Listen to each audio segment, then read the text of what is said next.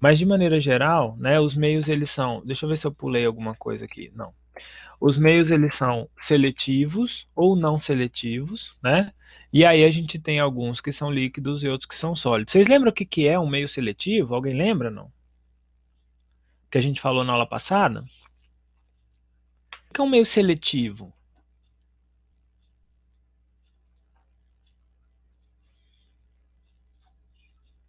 Deu ruim, hein? O que é um meio seletivo? Amanda Gabriela.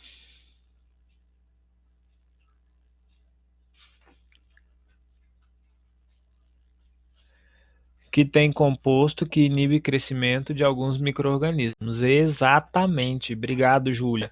Então, um meio chamado seletivo é aquele meio que seleciona. Algumas coisas vão crescer, outras não.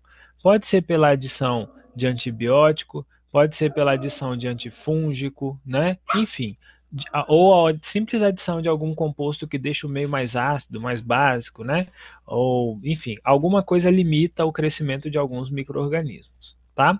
Então, nesse caso aqui, a gente tem nessa tela alguns meios de cultura que são não seletivos.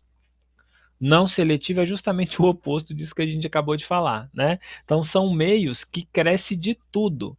Geralmente, boa parte das bactérias cresce também, por exemplo, no H-chocolate, cresce fungo, cresce um monte de coisa, né? Então, exemplos de meio de cultura não seletivos são H-chocolate, H-sangue, H-clade e H-Miller-Hinton.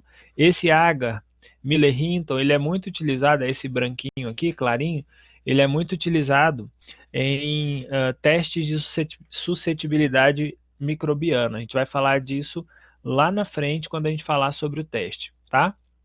Então esse meio ele é muito aplicado para esses testes, quando a gente quer testar se uma bactéria é resistente ou não a algum antibiótico, por exemplo, tá? Então esses são não seletivos. Só que a grande maioria dos meios que a gente tem, eles são seletivos, né? Então eu trouxe aqui alguns exemplos de meio seletivo para vocês. Então tem o agarmanitol, que seleciona bactérias da família Micrococcaceae, como por exemplo Micrococcus. Agar-Conc, que normalmente deixa crescer, né, ou seleciona bactérias gram-negativas, e nesse agar é muito legal que ele fornece, né, ou permite identificar fermentação, né, fermentação de lactose.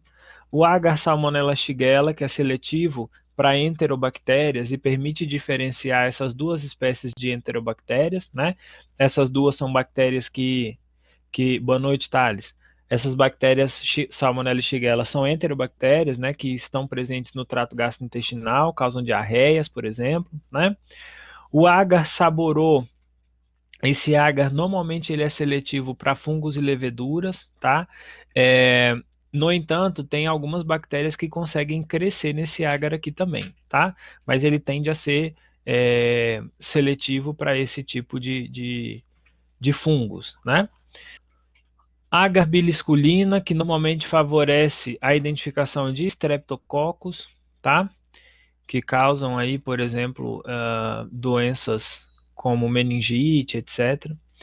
Agar DNase, onde a gente tem a detecção de desoxirribonuclease, é muito comum esse agar para seleção de Staphylococcus aureus. O agar-TSI, que normalmente ele ajuda na diferenciação de Escherichia coli, tá? Porque permite a observar, né, fermentação do carboidrato, tá? E tem esse último, que ele é muito específico para o diagnóstico de tuberculose, né? Então, para o isolamento de Mycobacterium tuberculosis, a gente tem uma um meio que ele é bem azulzinho, claro, acho que a gente vai falar dele para frente, né? E o Mycobacterium acaba usando esse pigmento e mudando a cor do meio. A gente vê aqui que tem a amostra no meio, né? Que está mais, deixa eu ver se eu aumento aqui, aí. A gente vê que tem a bactéria, né? A colônia aqui no meio e ao redor está mais, a cor está um pouquinho diferente do restante, né? Então isso é bem característico desse agar, eu não me lembro nem como fala esse agar. Lousten-Jensen. Não sei, esse nome esquisito que é específico para Mycobacterium tuberculosis, tá? Esses são todos meios seletivos e que são meios sólidos, ou seja, tem agar, né? Tem proteína que dá estrutura de sustentação para esses meios se manterem sólidos, né? Se vocês olharem, ó, todos eles, agar, agar, agar, agar, agar, quer dizer que tudo isso é meio sólido, tá? Existe também o que a gente chama de caldos. Caldos normalmente são meios de enriquecimentos. O que é um meio de enriquecimento? Que fornece subsídio para uma determinada bactéria, algum determinado micro-organismo se multiplicar ali dentro e a gente conseguir aumentar consideravelmente a quantidade de micro-organismo ali. Ou ainda, alguns caldos, como por exemplo o caldo selenito, ele permite, ele é um meio diferencial, né? Ele permite a gente identificar bactérias da família Enterobacteriaceae. Então, nesse caso aqui, quem é Escherichia coli, Salmonella, Shigella, né? Todas essas bactérias dessa família podem ser diferenciadas ou podem ser diferenciadas mesmo, esse é o nome, nesse tipo de caldo, tá? Então temos o caldo tetrationato, que é um meio comum para salmonela, né? Ele é, além de ser um meio enriquecido, ele também é um meio seletivo, tá? Porque ele impede crescimento de bactérias gram-positivas, né? No caso da salmonela, ela é uma gram-negativa, então por isso ela cresce. Os caldos são líquidos? Sim, são todos líquidos, tá? Então, diferentemente daqueles outros meios, onde vocês lembram lá que estava agar, agar, agar, não sei o quê, aqui tudo isso que é caldo, são meios líquidos, onde tem em comum que não há a adição de agar. Então não tem aquela geleificação do meio, tá? Então ele fica líquido e normalmente esse tipo de meio é colocado em tubo de ensaio mesmo, tá? Então o selenito que a gente falou, o caldo malonato, ele também é usado para diferenciação de bactérias gram-negativas, tá? O caldo triptona para normalmente diferenciar gêneros e espécies de enterobactérias, né? Vocês viram que todos esses quatro aqui, ó, são caldos que são utilizados para o mesmo grupo de bactérias. Então, ó, enterobactérias, salmonella, bactérias gram-negativas, no qual estão também as enterobacteriaceae. Então, isso é importante. Por quê? Porque esses meios acabam sendo utilizados em conjunto, numa bateria, o que favorece esse processo, né? Tem muita gente que acha que, vou fazer um teste microbiológico, só vou usar um meio, né? Só vou usar um teste. Não, esquece, você não vai conseguir fazer nada. Normalmente, esses meios são usados em baterias, então um depois do outro, tá? E são usados vários deles para um mesmo diagnóstico. Então é importante levar isso em consideração também, tá, pessoal? Principalmente quando a gente fala de enterobactérias, né, que são essas que eu já falei, Salmonella, Escherichia, Shigella, Haemophilus, enfim, um monte dessas, elas são bactérias que são muito semelhantes do ponto de vista morfológico, então, a diferenciação delas vai se dar principalmente no cultivo, tá? Então, por isso o cultivo muitas vezes é o que acaba salvando a vida da gente, tá?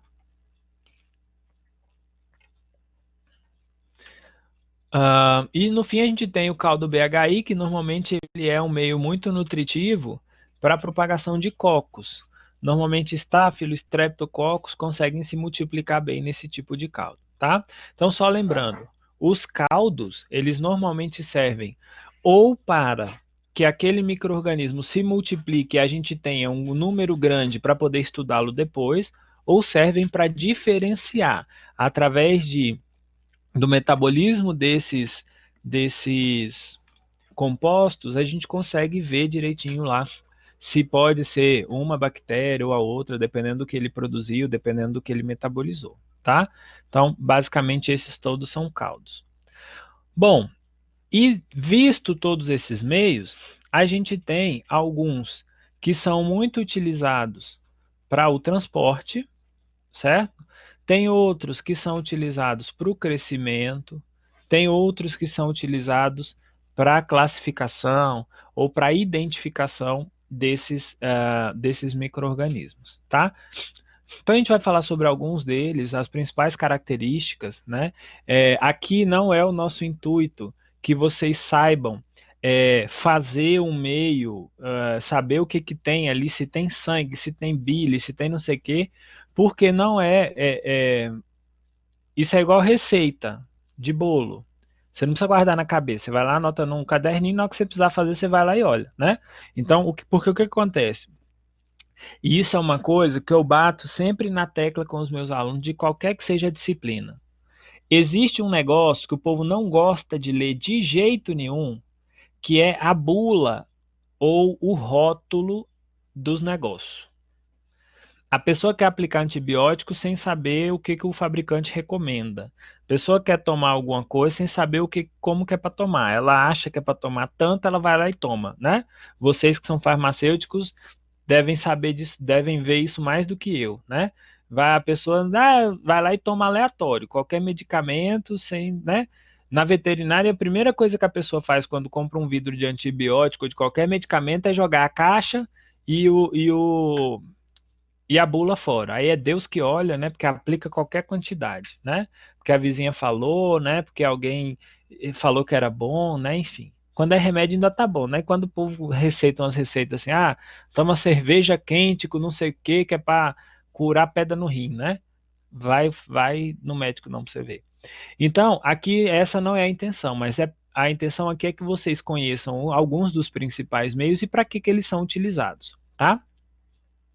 Bom, aqui a gente tem, para transporte e conservação, nós temos principalmente quatro possibilidades. O meio Stewart. O meio Stewart ele é um dos mais utilizados, principalmente para amostras coletadas com suave, a gente vai falar dele daqui a pouco, porque ele fornece mecanismos, né, fornece nutrientes para aquele micro-organismo não morrer, mas ele impede que outros micro-organismos cresçam, tá? Mas também pode ser utilizado outros, como por exemplo esse Carrie Blair, que também tem uma função semelhante, solução salina tamponada, agar nutriente, tá? Você pode fazer também. Mas esse daqui, ó, o May Stewart, ele é um dos mais legais. Por quê? Porque normalmente ele não deixa a bactéria morrer, então você vai lá, coleta com suave e coloca dentro do meio. Ele não vai deixar a bactéria morrer, tá?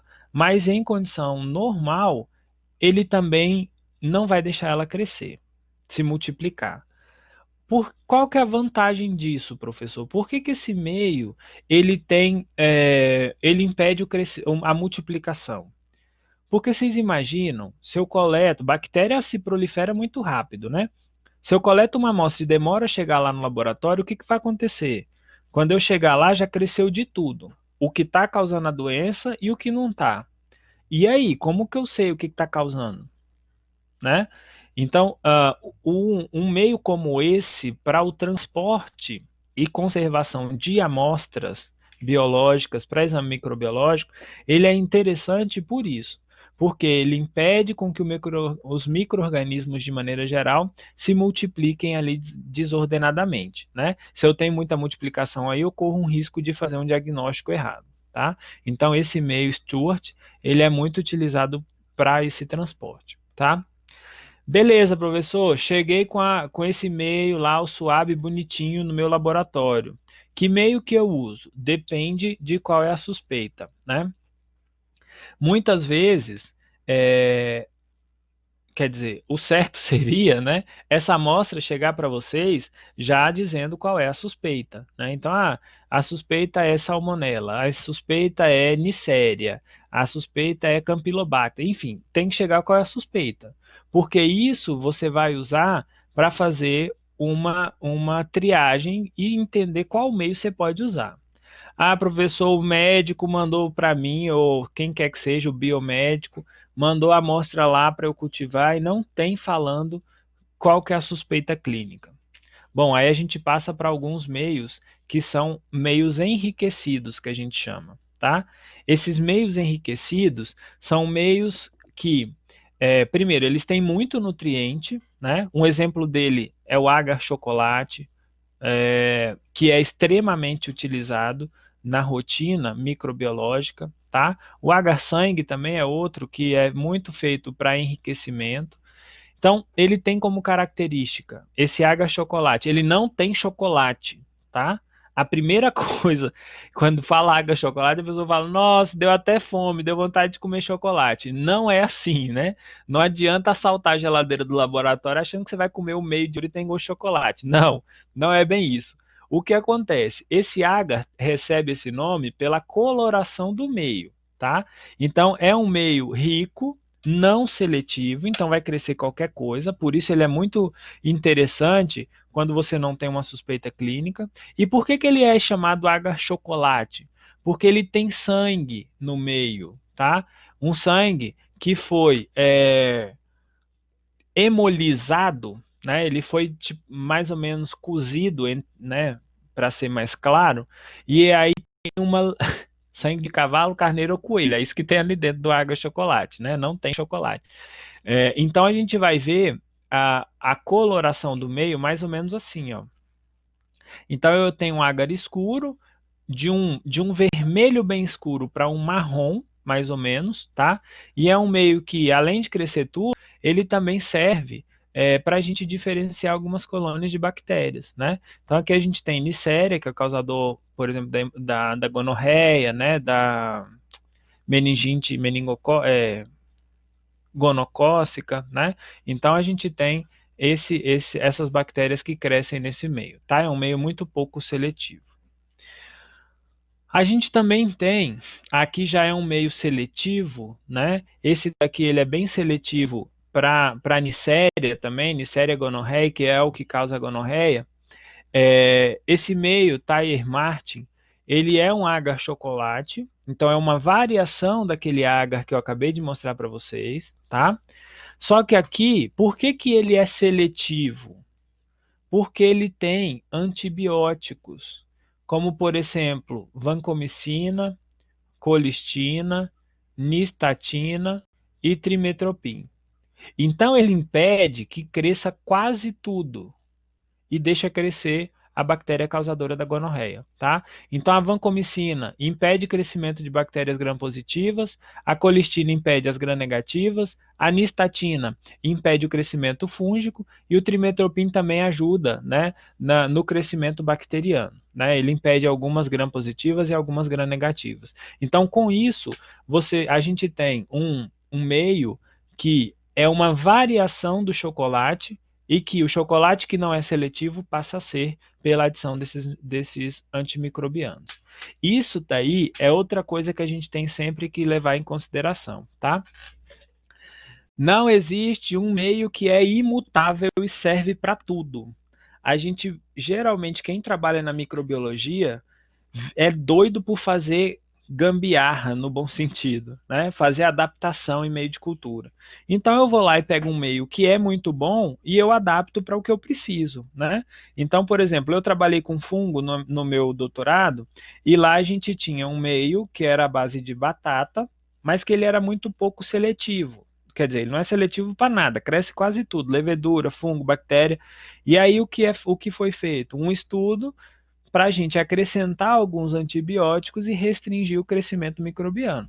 Então, vocês vão ver, né, que muitos desses meios, por exemplo, aqui, né, o Thyer Martin, que é nome de pessoas, o Agar McConk, todos esses são homenagens geralmente àquela pessoa que descobriu o que descreveu esse meio pela primeira vez, tá? Então, esse também é um meio de crescimento e isolamento, em especial para Neisseria, tá? Que é o causador da gonorreia. Gente, se eu estiver falando rápido, vocês me parem aí e a gente volta, tá? Vocês me deixam falando sozinho aqui, eu vou atropelar e agora eu acabar a aula. Não, não vou acabar não, nem que eu fique aqui até 9h45. Se eu falar que vou acabar a aula rápido, vocês ficam caladinhos aí, né? E não falam comigo. Bom, agar-sangue. Então a gente falou do chocolate, que é o primeiro muito rico e não seletivo, né? Que é ideal para o crescimento daquilo que eu desejo ver o que tem ali ou que eu não sei, não tenho nenhuma suspeita, né? Aqui, e lembram, olha só outra coisa, pessoal. Vou voltar aqui, ó, porque isso é importante. O H-chocolate, ele tem já o sangue lisado, tá? O sangue foi meio que cozido, foi feita uma lise das hemácias. No agar-sangue, a gente tem eritrócitos íntegros. Para que serve isso? Primeiro que ele não é seletivo, ele é um meio muito rico, cresce de tudo. Gram positiva, gram negativa, levedura, fungos filamentosos, cresce de tudo. Qual que é o detalhe? Qual que é a vantagem desse agar-sangue? A gente consegue ver padrões de hemólise. Professor, o que que significa isso? Algumas bactérias, como é o caso de Staphylococcus aureus, de Streptococcus piógenes, por exemplo, são bactérias que têm como característica causarem hemólise. O que que é hemólise? Alguém sabe?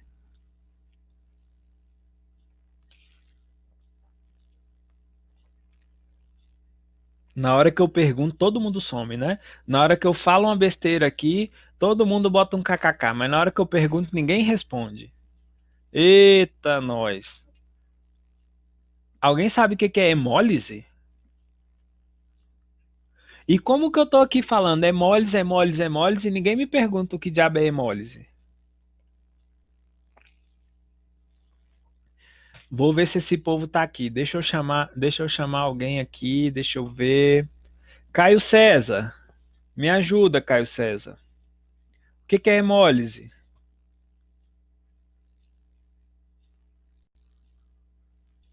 Ó, o Caio César não tá me escutando. Quer dizer que ele deixou o trem ligado e não tá assistindo a aula. Vocês estão na minha mira, viu? Tudo bem. Deixa eu ver quem mais que não tá aqui. Raquel, você tá aí, Raquel? Raquel também não tá. Tá lá assistindo novela, ao invés de assistir a aula, né? Ah, tá aí, Raquel, muito bem. Olha, eu fazendo calúnia aqui. Então, beleza. Tudo bem. Alguém jogou no Google, Laura, né? Ainda colocou a referência. Segundo o pai Google, alteração de solução ou destruição dos glóbulos vermelhos do sangue, tanto fisiológica quanto patológica, com liberação de hemoglobina, também chamada hematólise, eritrólise e eritrocitólise. Muito bem, Laura. Vale também, né? Ainda mais colocando a referência do pai Google, tá bom. Então, o que que acontece? Como eu coloco aqui, diferente do Arga Chocolate, eu coloco a hemácia inteira, o que que vai acontecer? Eu consigo ver a hemólise, né, ou a lise dessas hemácias, a quebra dessas hemácias que a bactéria causa ao meio. E geralmente, ó, a gente pode ver aqui que ao redor de onde tem a colônia bacteriana, ó, toda essa linhazinha aqui é uma colônia de bactéria, né? Então, ao redor dela, vocês veem que está mais esbranquiçado, isso é porque houve hemólise, tá? Vocês estão vendo a Meg aí, é? É. Ela fica, hora dessa ela fica querendo cola, aí eu ponho ela aqui e fico conversando. Só que ela fica querendo beijo, ela é muito possessiva. Então, basicamente essa é a importância do agar-sangue. A gente consegue ver, né, quem é aquela bactéria que vai causar algum grau de hemólise, de lise na hemácia. E isso se reflete na coloração do meio, tá? Estafilococcus, streptococcus, a gente consegue ver isso muito bem, tá? Bom, existe um outro meio que é chamado agar-Macconkie, que serve para isolamento de bacilos gram-negativos, então ele é um meio seletivo, não permite gram-positivos que gram-positivos cresçam, tá? Então esse é um meio também muito utilizado quando eu quero isolar, por exemplo, enterobactérias, né? Bactérias que causam diarreia, por exemplo, tá? E além dele ser um meio seletivo, ele também é um meio diferencial. Então eu consigo ver quem são aqueles indivíduos que fermentam lactose e quem são os que não fermentam lactose, tá? Então quando acontece uma fermentação da lactose, o meio ele tende a ficar um pouco mais avermelhado. Quando não fermenta, ele fica um pouco mais clarinho, mais próximo do normal, tá? Então esse meio agar-Macon, que é muito comum para salmonella, E. coli, proteus, shigella, tá? É um meio muito comum para enterobactérias, tá? Essas bolinhas, tudo isso aqui é bactéria, gente. São colônias. A gente já vai ver daqui a pouco, eu vou mostrar para vocês como essas bactérias crescem. Mas cada bolinha dessa aqui, ó, aqui, essas linhazinhas aqui, ó, essas bolas todas, tudo isso é colônia, ó. Deixa eu aumentar para vocês verem. Tá vendo que tem um monte de bolinha aqui, ó? Cada bolinha dessa era uma bactéria que se multiplicou aos milhares e aí formou uma colônia. Por isso elas são chamadas unidades formadoras de colônias, tá? Tudo bem, Letícia? Beleza. Bom, beleza. Esse agar Salmonella shigella, ele é específico também, ele é um meio diferencial, né? E ao mesmo tempo ele é um meio seletivo, ele seleciona ou inibe o crescimento de gram positivos e deixa crescer só gram negativos. Também utilizado para a seleção para o cultivo de bactérias, de enterobactérias, em especial Salmonella e Shigella, que são diferenciadas a partir desse meio, por isso ele recebe esse nome.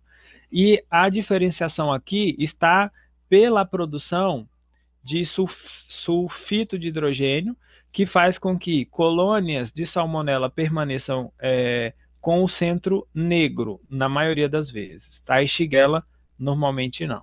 Tá? Então, esse é o agar Salmonella Shigella, é um agar tanto seletivo quanto diferencial. O agar CLED, que é esse agar deficiente em cistina, lactose e eletrólitos, esse agar ele é importante para a semeadura de amostras de urina.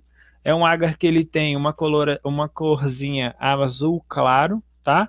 E além dele ser um meio seletivo, ou seja, ele seleciona bactérias gram positivas e gram negativas e leveduras, ou seja, ele não permite muito bem o crescimento fúngico, ele também é um meio diferencial. Então, ele também identifica colônias lactose positiva ou negativa, né? Lembra que eu falei na aula passada, algumas bactérias preferem fazer fermentação. Então, quando elas fermentam lactose, elas acidificam o meio e essa cor muda. Lembram disso que eu falei para vocês lá na aula passada? Quando a gente estava falando de meio diferencial, né? Eu tenho um meio aqui, ó, que ele tem uma cor azulzinha, clara.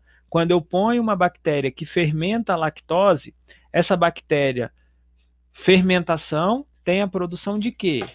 Ácido. Produziu ácido, vai acidificar o meio. Mudou o pH do meio, o que vai acontecer?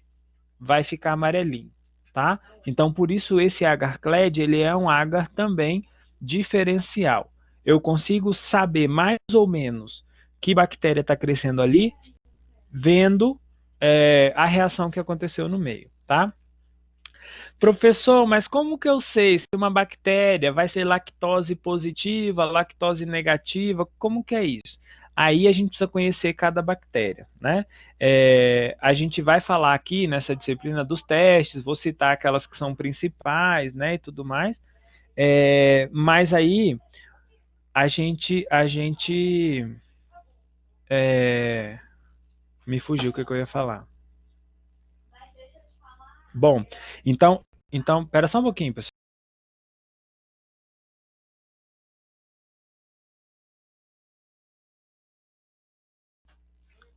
Pois é. Então, a gente precisa, né, conhecer, a gente precisa saber que tipo de bactéria pode crescer ali e a partir disso eu preciso conhecer ela, né, o que de metabolismo que ela apresenta. Então, assim, a gente vai falar sobre alguns, nas próximas aulas a gente vai falar de testes bioquímicos, etc., né, que são os mais comuns de serem feitos, mas na hora que vocês caírem lá no laboratório, existem tabelas que vão dizer para vocês, olha, tal bactéria, tal bactéria, tal bactéria é lactose positiva, tal e tal e tal são lactose negativa, e por aí vai, tá? Então vocês vão, aqui a gente vai ver essa parte mais básica, quais são os principais meios, o que acontece em um e em outro, tá? Bom, existe um outro meio que é aquele esquisito, né, que eu não sei pronunciar isso direito, eu imagino que isso deva ser alemão, sei lá que língua é essa, né? Loesten-Jensen.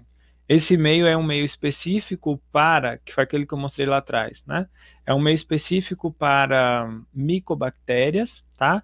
O meio ele é formado a partir de ovos, né? Ele leva ovo integral, gema e clara, e esse meio é enriquecido para a produção de micobactérias, que são bactérias que, entre outras coisas, causam a tuberculose, né? Tanto nos seres humanos quanto nos animais.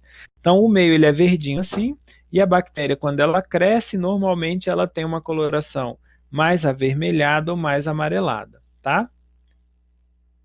O áudio tá ruim. Vocês estão me escutando, pessoal, ou não?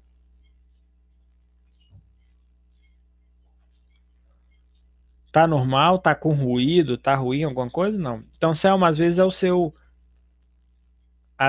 seu áudio aí, Selma. Mariana, você pediu para eu repetir o quê?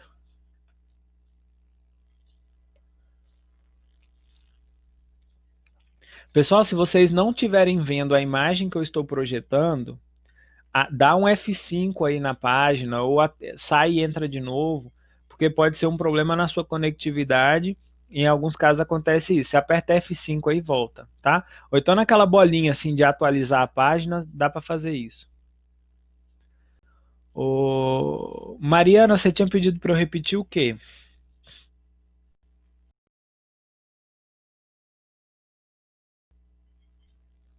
Entendeu? Você que repete alguma coisa? Beleza, beleza. Bom, então esse é o H. Lowenstein-Jensen, sei lá como é que pronuncia isso. Deve ser muito estranho falar esse nome, né?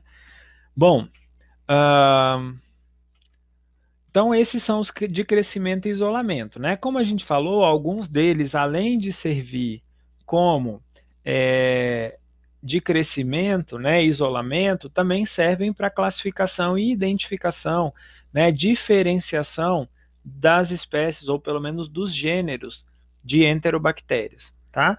Então aqui a gente tem o exemplo do agar-sangue, que é um agar que ele consegue determinar o padrão de hemólise, que a gente falou ali atrás agorinha, né? Por exemplo, no caso de Streptococcus, ó, a gente tem vários tipos de Streptococcus. O que acontece? Quando a gente tem uma alfa-hemólise, acontece uma produção de um pigmento esverdeado, fruto dessa hemólise, que é depositado no meio. Então, olha só, microbiologista inventa moda, né? A pessoa repicou aqui como se estivesse escrevendo um alfa, um beta e um gama, né? Então, ó, no alfa hemólise a gente tem uma placa onde isso aqui, pessoal, esse negócio preto é onde cresceu a bactéria. É o mesmo que a gente vê aqui do lado, ó. O meio é todo vermelhinho. Onde cresceu a bactéria fica um meio escuro, esverdeado, tá? Isso é característico de alfa hemólise. Quando a gente vê beta hemólise,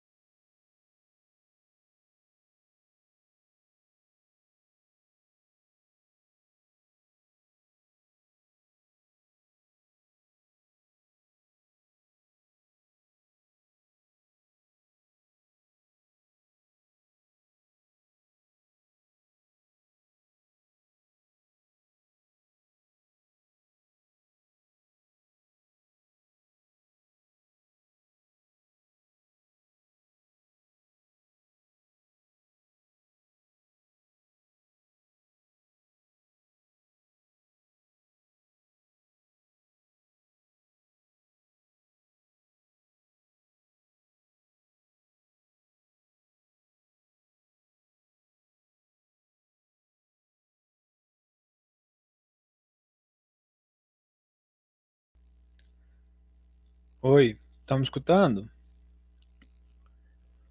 Voltei aqui, mas eu vou deixar minha câmera desligada, porque minha internet deu uma oscilada boa aqui agora. Mas vamos lá. Diga, Thales. Thales?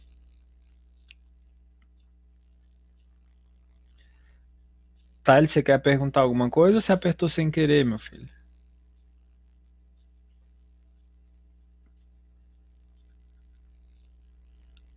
Deve ter apertado sem querer, né? Então vamos lá. Tá bom. Então eu estava falando da beta-hemólise, né? A beta-hemólise é aquela que acontece quando a bactéria usa todos os componentes da hemácia e acabam mudando, deixando bem branquinho, clarinho, quase transparente a cor do meio que antes era vermelho, tá? E na gama-hemólise, ou uma bactéria não hemolítica, é aquela que cresce, ela usa dos nutrientes, mas ela não causa hemólise, tá? Pessoal, e a hemólise ela pode acontecer por conta da própria bactéria ou por conta dos metabólitos que ela produz. Então, muitas vezes as bactérias produzem toxinas que acabam levando a esses diferentes padrões de hemólise, tá? Então, esse é o agar-sangue, ó. Ele é muito utilizado para estafilococos, para enterococos, para streptococos. Então, esses cocos gram-positivos, muitos deles são diferenciados a partir de agar-sangue, tá? Lembrando, agar-sangue tem hemácia inteira. Agar-chocolate tem hemácia já partida, né? Meio que cozida, já foi feita uma hemólise, tá? Bom, e aí a gente tem testes que são, perdão, meios que são utilizados para teste de sensibilidade a antimicrobianos. O agar-sangue pode ser utilizado, mas o principal deles é o agar Miller-Hinton, que tem essa característica aqui, ó. Eu não vou entrar muito em detalhes com relação a isso, né? Porque a gente vai ver depois como que funciona esse teste. Mas o que que acontece? A gente tem uma bactéria, uma placa, onde a gente distribui bactéria por toda essa placa, e depois, tá vendo que aqui tem um disquinho, ó? Aqui tem um disco, aqui tem outro. A gente vai lá e põe um disco que está cheio de antibiótico, né? E a gente olha assim ao redor, ó. Quer dizer, se a bactéria crescer em cima do papel ou ao redor, muito próximo dele, quer dizer que não teve efeito nenhum, né? Nesse caso aqui, olha só, essa parte mais clara que vocês estão vendo aqui é onde não cresceu bactéria, elas morreram por causa do antibiótico, tá? Então, assim eu consigo saber, por exemplo, qual antibiótico essa bactéria é sensível, ou seja, qual seria eficaz e qual ela é resistente, tá? Então, esse daqui, ó, que o meio está mais escuro, quer dizer que a bactéria cresceu aqui ao redor tudo. Então, não adianta usar esse antibiótico porque não vai funcionar, tá? Então, esse é o teste de suscetibilidade a antimicrobianos. A gente vai fazer uma aula depois só falando sobre esse teste e vamos fazer uma aulinha prática num laboratório virtual, tá?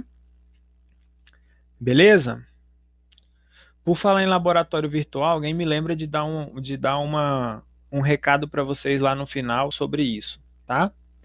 Por favor, alguém me lembra. Porque minha cabeça é ótima. Eu sou tão jovem, tão jovem, mas eu já estou esquecendo algumas coisas. A gente vai ver laboratório virtual, tá? Bom,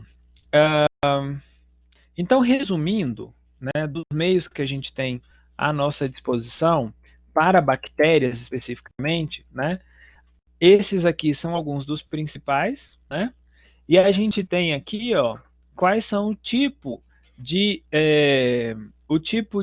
micro-organismo que cresceria nesses meios, né? Então, por exemplo, agar-chocolate cresce tudo, praticamente, né? Agar-sangue também cresce um monte de coisa. Enfim, a gente tem meios muito inespecíficos, né? Muito enriquecidos, que crescem quase tudo. E a gente tem meios como, por exemplo, o Maconch, que ele é bem específico, ele é muito seletivo, né? E acaba selecionando o quê? As bactérias gram-negativas e algumas leveduras, geralmente, tá? Então, esse é um resumão, né, de para que servem esses principais meios para o crescimento bacteriano. Quando a gente pensa em meio de cultura para fungo,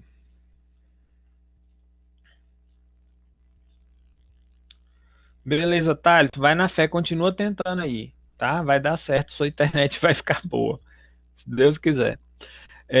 Bom, entre todos esses que a gente tem aqui, ó, os fungos têm uma questão importante. O principal meio que a gente tem é o H-saborô, tá? Que é esse meio aqui que é um meio sólido, ou em alguns casos o meio BHI. Normalmente, o soborô é o mais utilizado, é um meio sólido, né? Um meio que tem agar, então ele fica parecendo uma geleia. E a semeadura é feita em superfície, como as bactérias, tá? Então, é um agar que ele acaba sendo seletivo para fungos, né? Ele é mais específico para fungos, e quase todos os fungos e leveduras conseguem crescer nele. Ó. Aqui eu tenho o exemplo dele, ele tem uma coloração assim meio cor de agar, né? Uma cor de transparente para meio amarelada, tá? É um meio muito bom para fungo. Aqui a gente tem uma colônia de fungo, ó. Ô, Selma, se não tiver vendo, não consegue ver o quê? Não está aparecendo nenhuma imagem na sua tela? Se você não estiver vendo nada, dá uma recarregada na página aí que talvez volta, tá? Aperta um F5, aperta aquela bolinha assim de atualizar, tá? Porque pode ser sua internet aí que deu um oscilado e sumiu minha tela. Beleza?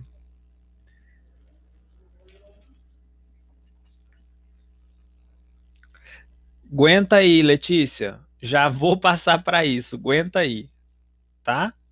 Já vou falar sobre isso daqui a pouco. Um outro meio que a gente tem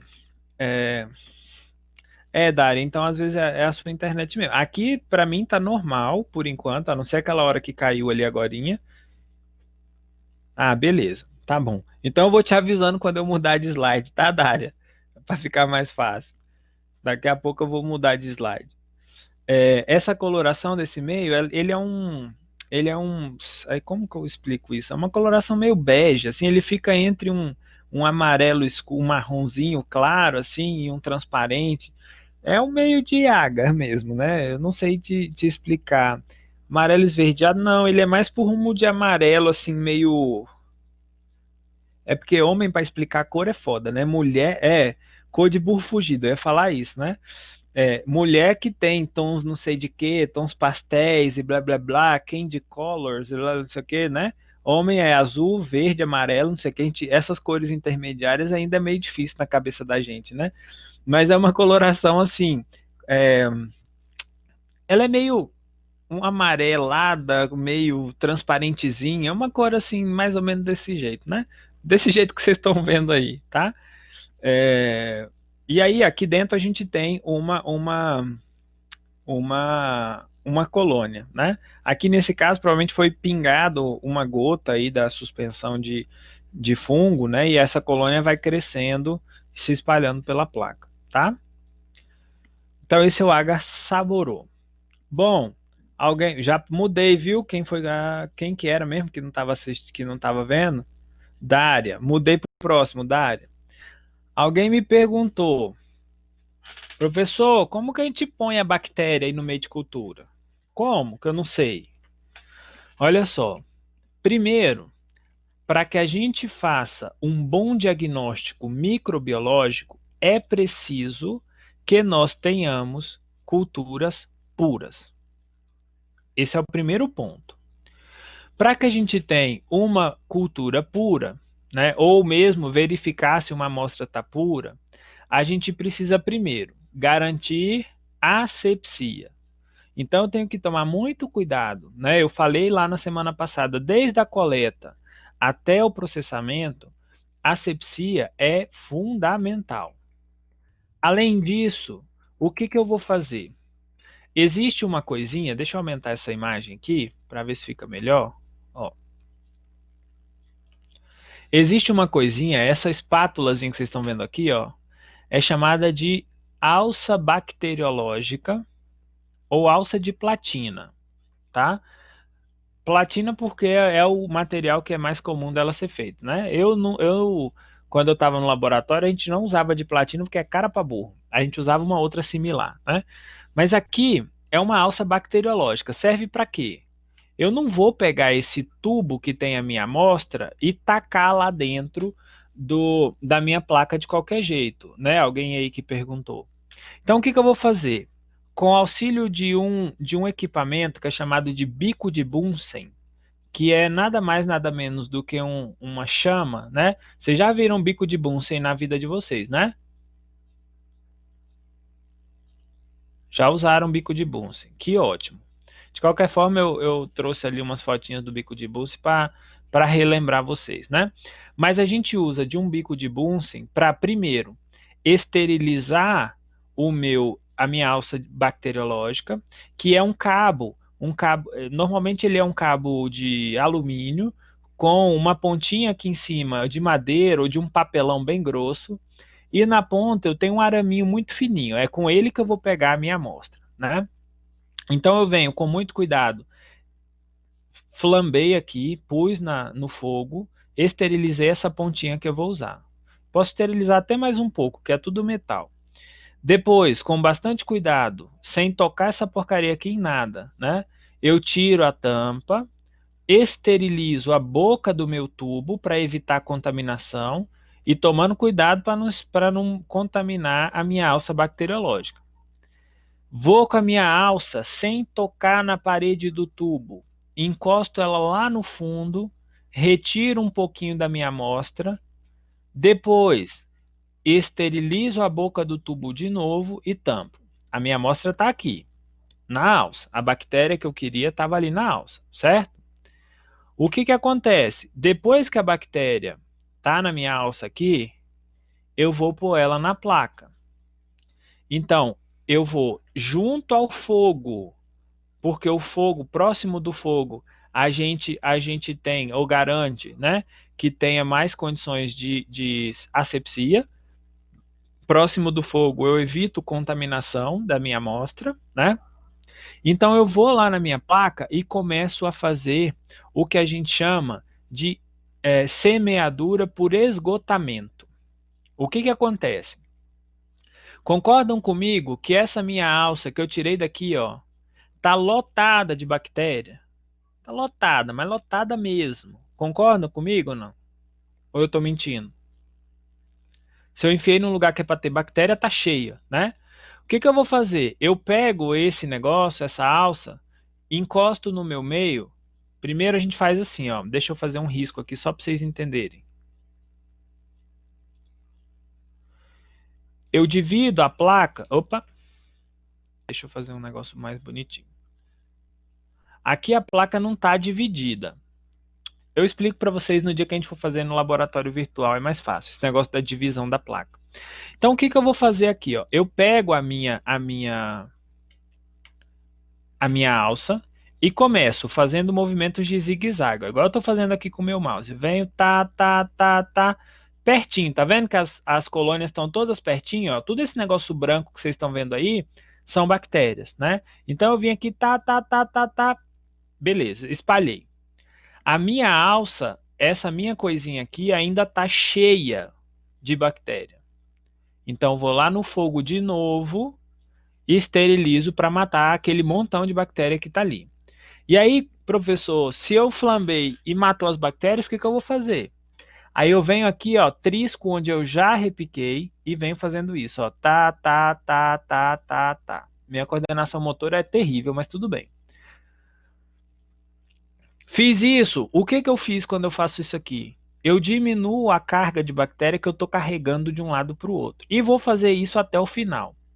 Qual que é a vantagem ou qual que é a ideia desse método? E aí depois, terminei aqui, vou lá, ponho no fogo de novo, volto, puxo mais um pedaço, faço, ponho no fogo, faço mais um pedaço, ponho no fogo e por aí vai. No final das contas, o que eu quero é isso aqui, ó. Colônias isoladas.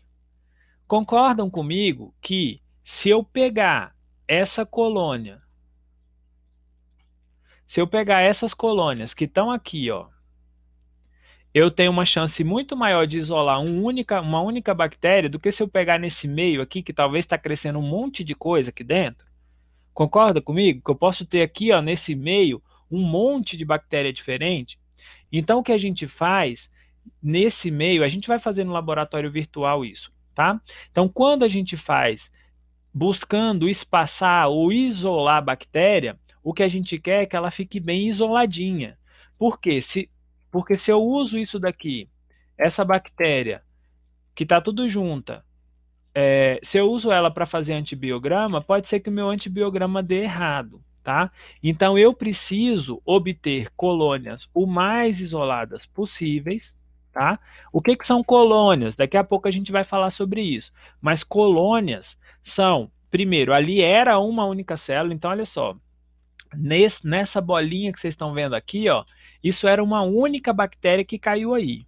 Só que as bactérias são unidades formadoras de colônias, assim como os fungos. O que significa isso? Quer dizer que ela vai se multiplicando e a quantidade de indivíduos ali vão se multiplicando exponencialmente, aos milhares, tá? E por isso formam uma colônia. Uma bolinha dessa era uma bactéria apenas que se transformou em milhares, tá? Selma, o fogo vai matar a amostra, mas o que que acontece? Talvez vocês vão entender melhor na hora que a gente fizer lá no laboratório virtual, tá? Mas o que que acontece? A primeira vez que eu passei aqui, a bactéria está na alça, certo? E aí eu vou com ela no fogo de novo para tirar o excesso. Então vai matar todo mundo que está na alça. Só que antes de eu riscar o meio de novo, eu trisco lá onde eu já passei, onde já tem bactéria e carrego. Então nisso que eu faço toda vez, passo lá, flambo, volto, passo de novo, ponho no fogo. Toda vez que eu faço isso, eu vou diminuindo a quantidade de bactérias. E é exatamente isso que a gente quer. Quando eu diminuo a quantidade, isso consequentemente vai me levar a colônias isoladas, tá? É mais ou menos esse esquema aqui, ó, pessoal. Eu vou fazendo, ó, opa, eu vou fazendo, ó, na semeadura por esgotamento, aqui, ó, Selma, eu fiz a primeira aqui, ó, vou lá e coloco a minha alça no fogo. Na hora de fazer de novo, eu vou cruzar aqui em cima. Então, onde está o primeiro risco, tem bactéria. O que eu faço entre uma flamba e outra, entre uma flambagem e outra, é diminuir a quantidade de bactéria que eu tenho na minha alça. Se eu tenho uma menor quantidade de bactéria na minha alça, eu vou cada vez mais espaçando essas bactérias pela placa, tá? Então, ó, aí aqui eu terminei a segunda, vou lá e flambo de novo, né? Importante, pessoal, isso é muito importante, não pode encostar a alça quente na bactéria, óbvio. Você tem que esperar ela esfriar antes de continuar. Tem muita gente que vai, tira do fogo e já vai pro meio. Você vai fritar as bactérias tudo ali, vai matar todo mundo. Aí, ai, professor, não cresceu nada, mas não cresceu porque você matou as coitadinhas das bactérias. Então, muito cuidado com a temperatura da alça bacteriológica, tá? Se tiver quente, você vai torrar a bactéria, vai matar a coitada. Ela não vai crescer, tá? E aí a gente vai fazendo isso, ao Selma, até o final.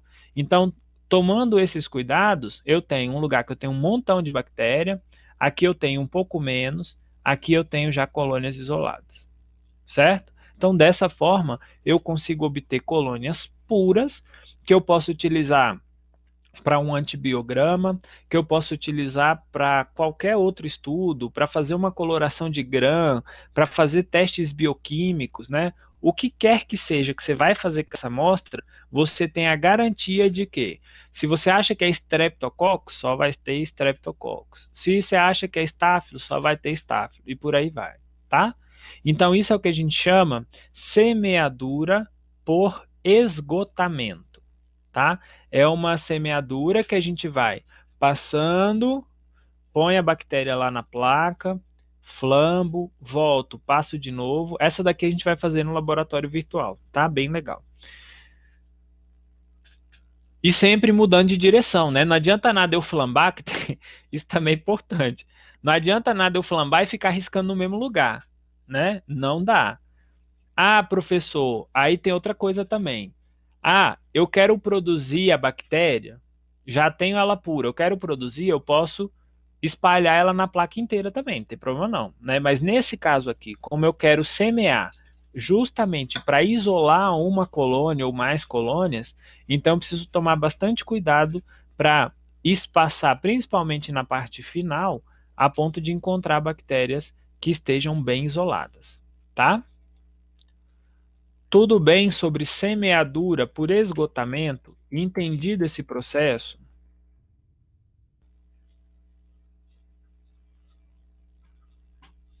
Sim? Então tá bom. Isso é semeadura por esgotamento, tá?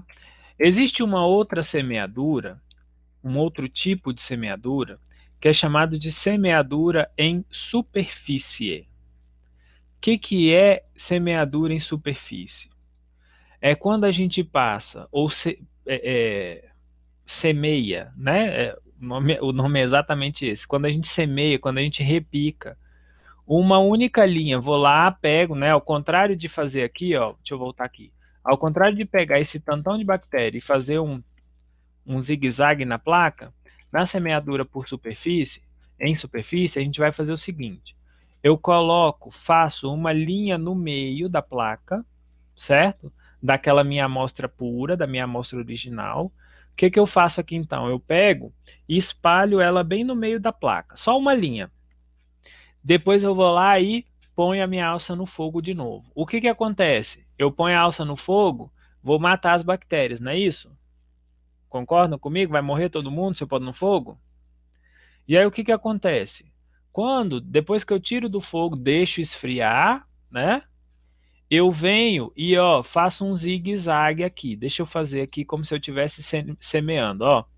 Eu venho aqui, ó, e vou fazer um zigue-zague, ó. Passei aqui, o que aconteceu? Vou pegar uma bactéria que estava nessa linha e carregar ela. Volto nesse zigue-zague, pego mais um pouco de bactéria.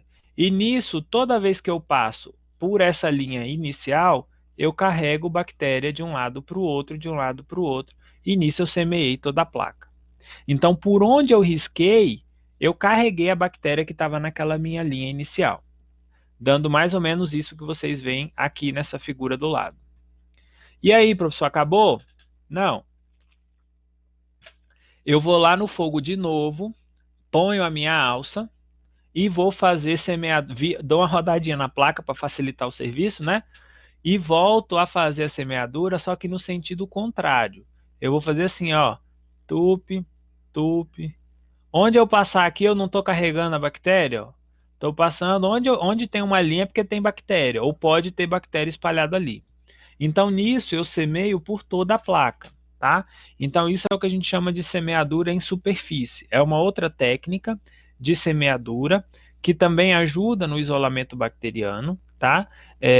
Mas ainda assim, o mais utilizado, ele é melhor, né, mais eficaz, é o primeiro tipo de isolamento, que é a semeadura por esgotamento, tá? Que você vai fazendo zigue-zague em toda a placa, né? Sempre puxando daquilo que você já repicou antes, até você obter um repique em toda a placa, tá? Tudo bem, crianças? Alguma dúvida até este momento ou tá de boa na lagoa? Tudo certo? Então, beleza. Oi, Nayara. Você vai perguntar alguma coisa?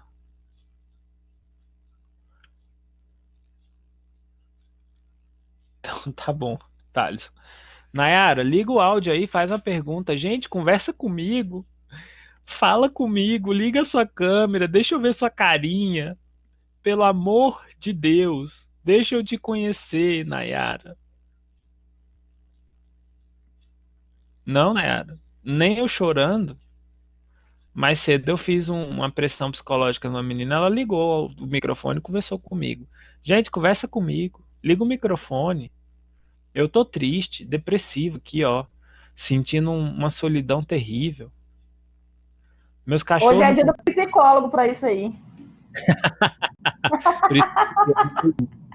eu preciso mesmo. Obrigado, Isa. Aí, tá vendo? A Isa falou comigo. Cadê? Quem é que tava perguntando? Mariana? Não. Nayara, né? Nayara, e aí? Não, Nayara?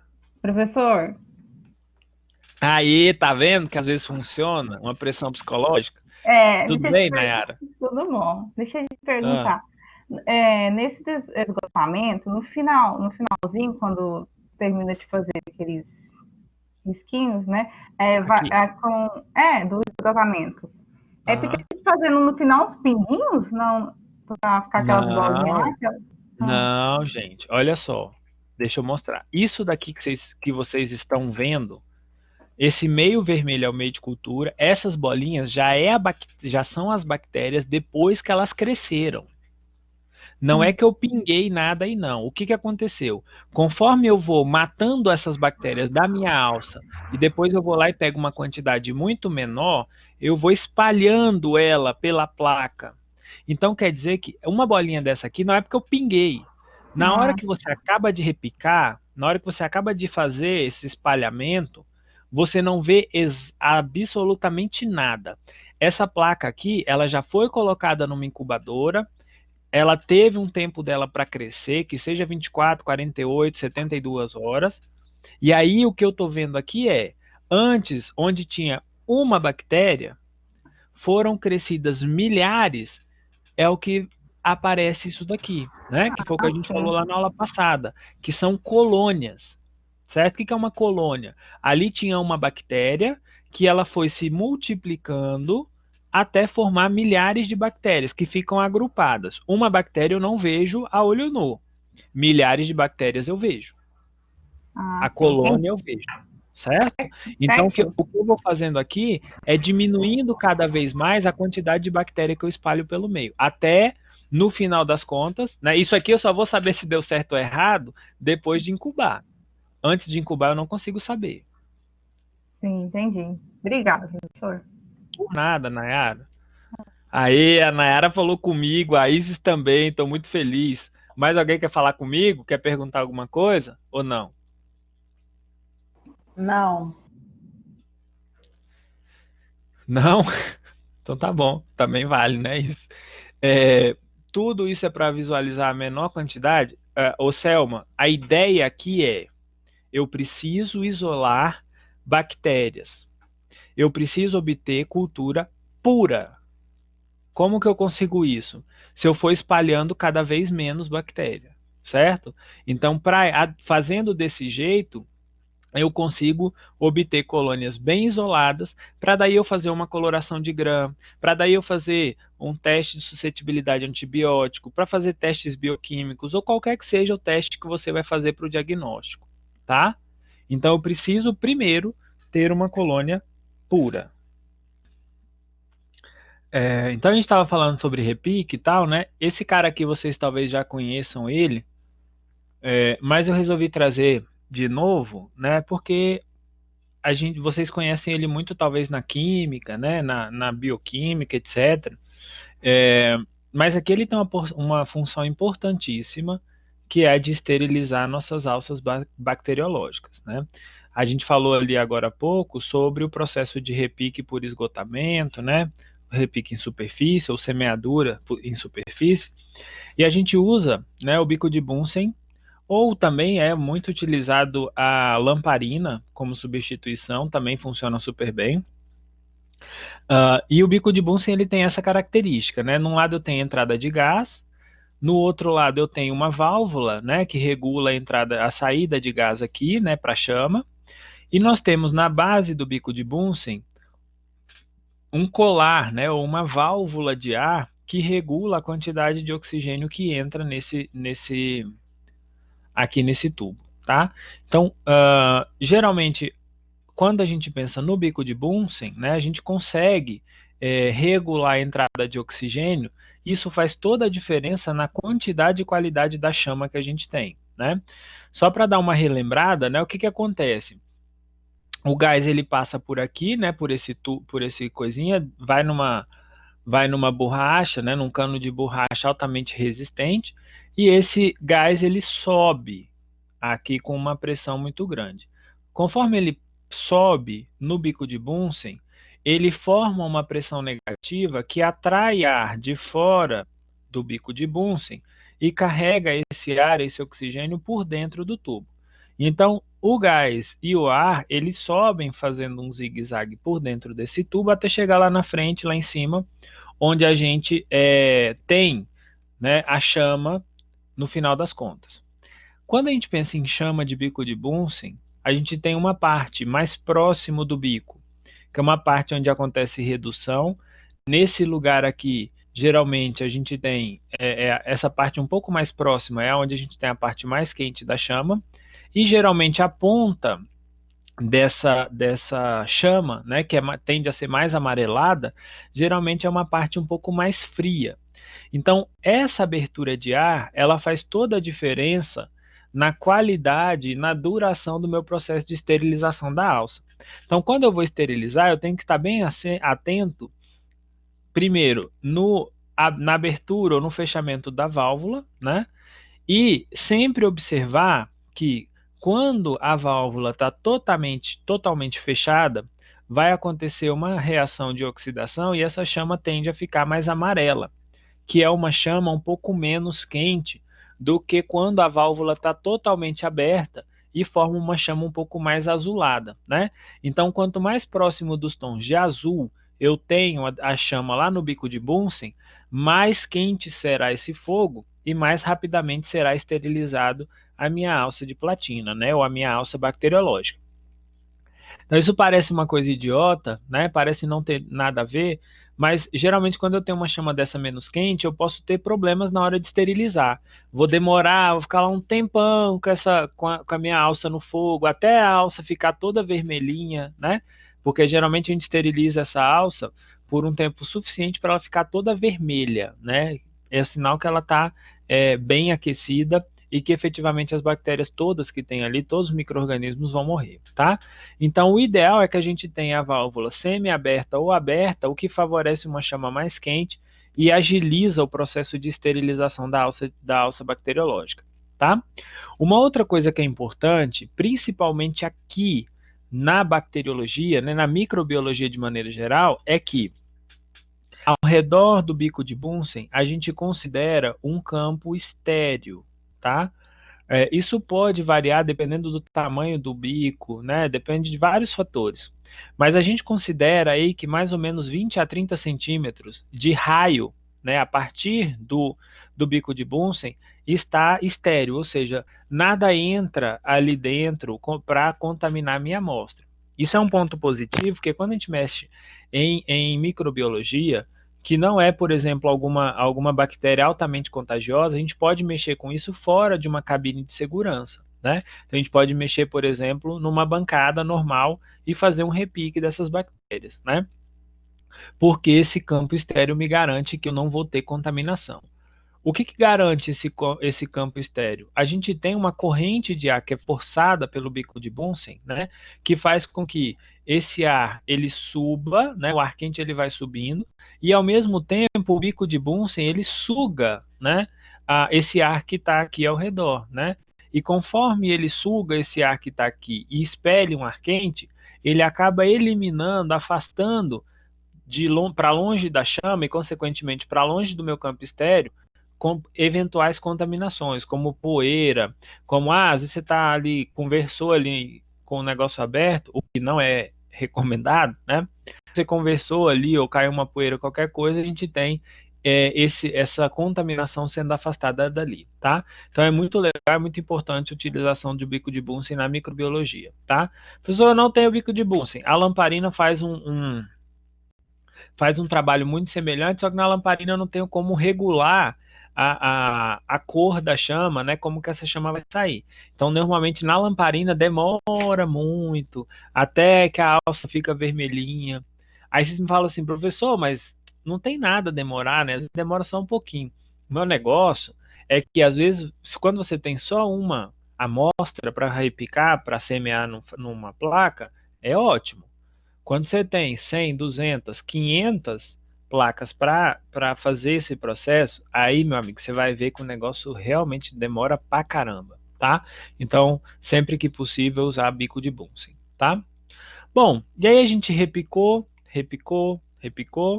né? Fez semeadura. Como que essas bactérias crescem? Então, as bactérias normalmente se multiplicam por simples duplicação celular, né, por bipartição.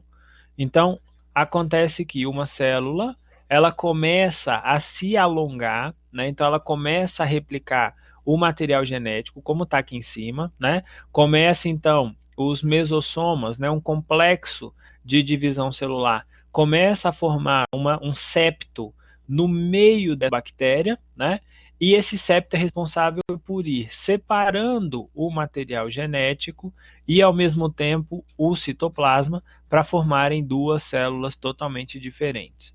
Tá? Então, no final de uma geração, eu vou ter o dobro da quantidade de células que eu tinha anteriormente. Então, por exemplo, aqui, ó, nesse esqueminha, né? Eu tenho uma célula, e é isso que eu estava falando lá atrás, eu não lembro quem perguntou, mas quando eu repico no meio, eu coloco uma bactéria só uma bichinha dessa. O que acontece? Ao final de uma geração, eu tenho duas, na segunda geração, quatro, na terceira geração, oito, na quarta geração, 16, e isso vai crescendo exponencialmente até que seja possível visualizar uma colônia a olho nu, tá? Então é exatamente isso que a gente vê. Uma bactéria que se multiplicou muito, de uma forma exagerada para nós, né? Mas para ela de uma forma normal, né? E isso cresce num crescimento exponencial importante.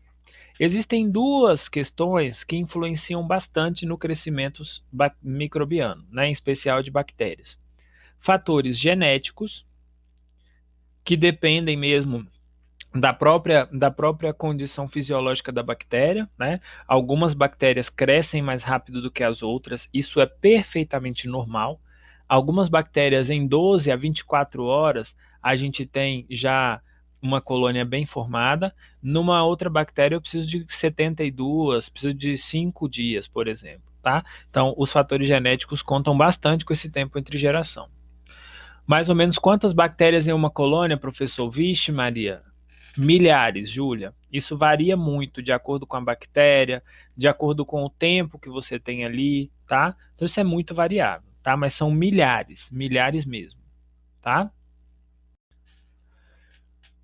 Isso depende do tempo de geração, depende de quanto tempo está ali, depende de vários fatores, né? Mas são muitas mil bactérias, tá?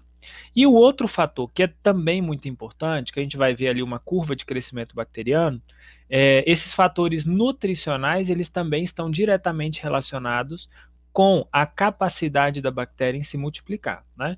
Porque você imagina, o meio de cultura é um lugar que serve para dar comida para a bactéria. Se a comida acaba, a bactéria tem como crescer? Não, né? Então, uma hora, aquele meio de cultura se esgota, porque eu não vou repor a energia que tem lá dentro, a glicose que tem lá dentro. Aquilo lá vai sendo gasto até chegar na exaustão e acabou, certo? A gente vai falar sobre isso daqui a pouco. Então, basicamente, resumidamente falando, é assim que a gente vê, ou é assim que a gente tem o crescimento bacteriano. E tem algumas particularidades que são importantes. Quando a gente pensa em crescimento microbiano, né, eu falei que o crescimento é muito variável e tudo mais, mas, por exemplo, imaginem vocês comendo uma comida no self-service, ou ainda você pensa em uma comida que fica fora do refrigerador. Por que que muitas vezes, né, eu não digo sempre, mas muitas vezes você vai num restaurante lá comer no self-service 2 horas da tarde, no outro dia você tem uma dorzinha de barriga, ou no mesmo dia, né? Ou ainda, a avó da gente, né? Minha avó tem essa mania de deixar a comida, ela faz a comida 10 horas da manhã, né? Que vó faz comida é cedo. Faz comida 10 horas da manhã, aí a gente come meio-dia, a comida tá quente, fica lá em cima do fogão, já para janta, né? Aí, dependendo de como for, o arroz que sobrou da noite, não estraga não, deixa para outro dia lá fora da geladeira mesmo. O que que acontece? Se a gente for levar isso em consideração, ó, um exemplo, sua avó, não, ô vó da Júlia, eu não estou falando da senhora não, tá, vó da Júlia? Eu estou falando só da minha avó. Só a minha avó que faz isso, tá? As outras vós não fazem não. A senhora também, qual é o nome da sua avó, Júlia? Júlia, Elza. Dona Elza, eu não conheço a senhora não, mas eu considero a senhora pra caramba, tá? Não, a senhora não faz isso. A senhora é muito zelosa, a senhora guarda a comida na geladeira, mas a minha avó faz, tá, dona Elza? Minha avó faz, tá? Então, olha só. Então, as avós, exceto a avó da Júlia, fazem o seguinte, né? Ou então, vamos tirar a avó da cena, porque pode ser, né? A outra avó vai escutar, vai ficar com raiva. Então, vamos lembrar só daquela comida que está lá no self-service, né? Então, a gente tem aqui, quando eu coloco lá, e que hora que abre um restaurante self-service? 11 horas, né? 11 horas da manhã começa lá a servir. Aí o que eu tenho? 1 hora depois, se aquela comida estava contaminada, 1 hora depois, a pessoa que vai lá meio-dia, ele já pode encontrar cada bactéria que está contaminando, formando mais 4. A pessoa que vai lá 1 hora da tarde, já encontra mais 16. E a gente percebe que quanto mais tempo vai se passando, a cada 30 minutos, essas células dobram em quantidade. Então, olha só, de 3 horas e meia para 4 horas, eu já tive isso dobrando. E vai dobrando, dobrando, dobrando, até um momento, por exemplo, se essa comida passou do almoço até a janta fora da geladeira, eu tenho mais de 1 milhão de bactérias. Isso considerando, tá, pessoal, que eu tinha uma única bactéria naquele lugar. Se eu tenho lá, né, a pessoa que preparou aquele alimento não teve asepsia e contaminou tudo aquilo, né, foi lá no banheiro e não lavou a mão e contaminou aquela comida, eu vou ter milhões e milhões e milhões e milhões de células nesse alimento, tá? Então, isso aqui obedece a uma curva de crescimento bacteriano que tem crescimento exponencial. Percebe que é exponencial? 2 elevado a 8, 2 elevado a 9, 2 elevado a 10, 2 elevado a 11. E para cada 30 minutos que se passam, a gente aumenta um número nesse expoente. Tá? Isso pode ser explicado numa curva de crescimento exponencial que essas bactérias possuem e que dependem de alguns fatores. Primeiro, condições do meio de cultura. Se o meio de cultura tem tudo que essa bactéria precisa. Segundo, o pH. Se é uma bactéria que fermenta, produz muito ácido e esse pH reduz muito, isso pode limitar o consumo. O consumo não, o crescimento. Eu estava falando de nutrição animal hoje de manhã, por isso que eu falei de consumo. A bactéria não consegue crescer num pH muito baixo, fora do que ela precisa, né? Além disso, o estagiário, que sempre a culpa é do estagiário, né? O estagiário deixou numa temperatura muito alta ou muito baixa a incubadora. Também não vai crescer direito. Não tem oxigênio, ou tem oxigênio demais. Então, esses fatores todos estão diretamente relacionados com a capacidade da bactéria em crescer de forma exponencial. E aí a gente tem, basicamente, esse gráfico aí, ó. Esse gráfico é um gráfico que eu gosto de colocar em prova. Tem que estar na ponta da língua de vocês. Porque senão vai chorar lá para a avó Elza na hora depois da prova. Né, Júlia? Vou tirar print, então. Pode tirar. Não, o material já está lá, a aula está lá para vocês, né?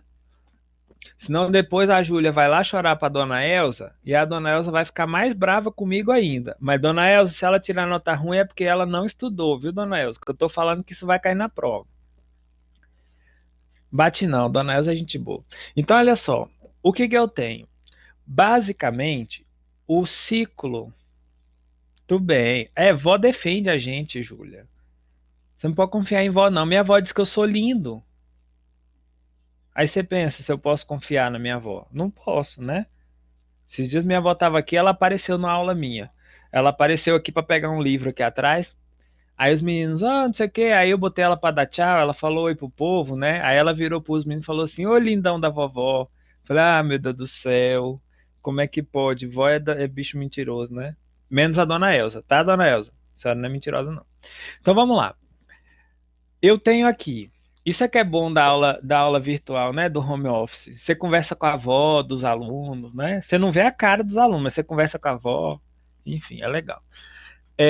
Então, olha só, a curva de crescimento bacteriano, ela é dividida basicamente em 4 etapas. A primeira fase é chamada de fase lag. A segunda fase é chamada de fase exponencial. Júlio, sua avó diz que você é feio?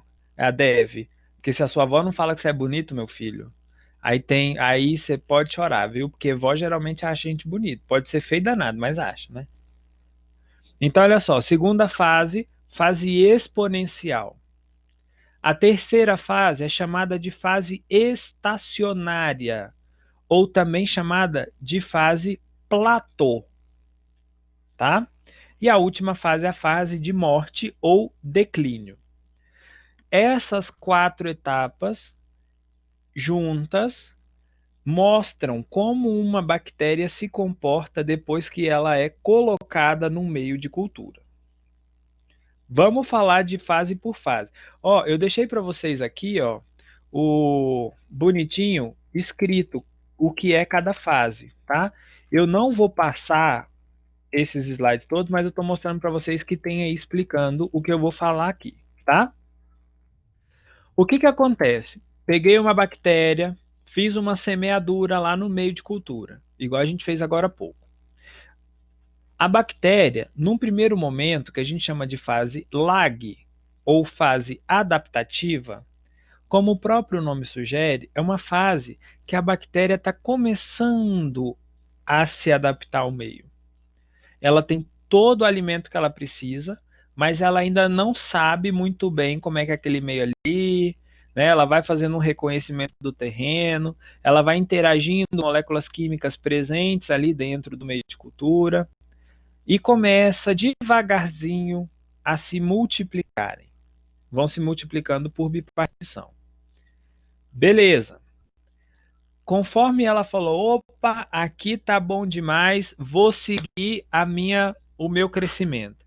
Aí elas entram numa fase que é chamada de fase log ou fase exponencial, que é quando em um curto espaço de tempo essa bactéria consegue crescer rapidamente. Então, em algumas horas, né? Então, aqui embaixo eu tenho o tempo, ó, é a passagem do tempo. Em algumas horas eu tenho aquela bactéria que alguém perguntou ali, né? Que mais cedo, que eu coloquei lá que eu não enxergo, daí a pouco eu já consigo ver algumas bactérias ali em cima. Isso é fase exponencial. É quando a bactéria utiliza do seu máximo para se multiplicar rapidamente. Nisso, ela vai produzindo um monte de metabólitos, ela vai se alimentando de tudo que tem ali no meio, para chegando lá na frente, ela entrar numa terceira etapa, que é a fase estacionária. Se eu estou querendo, por exemplo, cultivar essa bactéria para fazer algum teste de metabolômica, de proteômica, né, ou qualquer uma dessas ômicas da vida, é nessa fase exponencial que a gente precisa trabalhar. Porque é nessa fase que a bactéria está crescendo em grande quantidade de uma forma muito acelerada, tá? O que que acontece? Uma hora, chegando aqui, ó, no final dessa subida, já tem bactéria demais, já tem metabólito demais. E qual que é o resultado? Algumas bactérias começam a morrer. Começa a faltar comida, começa a sobrar metabólito. Então essa bactéria já começa a não ir tão bem assim. Só que o que que acontece? Nesta etapa, na fase estacionária, é estacionária porque o crescimento ele não aumenta, mas ele também não diminui. Por isso é chamada fase estacionária, tá? O que que acontece nessa fase estacionária? Algumas bactérias novas são geradas, mas algumas bactérias já começam a morrer. E ela fica estacionária, ela fica parada, porque a quantidade que é produzida de novas bactérias, de células viáveis, são exatamente as mesmas daquelas que morrem. Então fica ali estável, tá? Paradinho. Essa é a terceira etapa, fase estacionária. No final da fase estacionária, a gente consegue ver um decréscimo nessa curva. Então, essa curvinha verde aqui, ó, a verde e a vermelha, começam a despencar. Muito mais devagar do que a curva de crescimento, mas diminui. O que que acontece na quarta etapa? Aqui já deu ruim para as bactérias. Deu ruim por quê? Porque essas bactérias não têm mais comida, essas bactérias já estão com um monte de metabólito tóxico que está matando um monte de bactéria, e a quantidade de bactérias novas que são geradas são menores do que a quantidade de células que morrem. Então, com o passar do tempo, e se eu tivesse continuidade nesse gráfico, ele ia continuar lá na frente até não ter bactéria nenhuma mais viável. Então, chega uma hora que as bactérias começam a morrer, falta alimento para elas, né? E acontece isso também quando eu deixo elas lá no laboratório, né? Faço uma placa e esqueço lá. Uma hora, quando eu voltar lá, essa placa está cheia de bactéria, mas está tudo morta, tá? Não serve mais para nada. Então, basicamente, essas são as 4 fases. Fase exponencial ou fase lag ou fase adaptativa, que é essa primeira. Fase exponencial ou fase log é a de maior crescimento, é onde ela está no seu pleno desenvolvimento, é onde ela tem muita comida e ela vai embora se reproduzindo, tá? Na terceira fase, é a fase estacionária, começam a morrer algumas por falta de alimento e por excesso de metabólitos, e ao mesmo tempo algumas outras nascem, né? Entre aspas. Então, é o tempo inteiro, algumas morrendo, outras surgindo, e uma vai meio que repondo a outra. Por isso, quando a gente pensa em fase estacionária, ela nem aumenta e nem diminui. Como o próprio nome sugere, ela estaciona, fica parada. Igual quando a gente estaciona o carro, né? Se o carro está estacionado, eu não estou andando, né?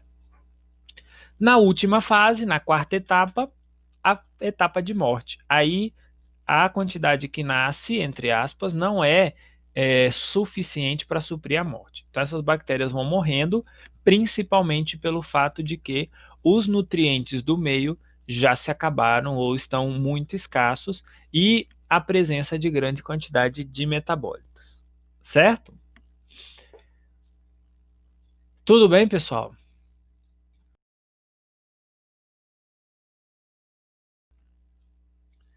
Anotou tudo aí, Isis?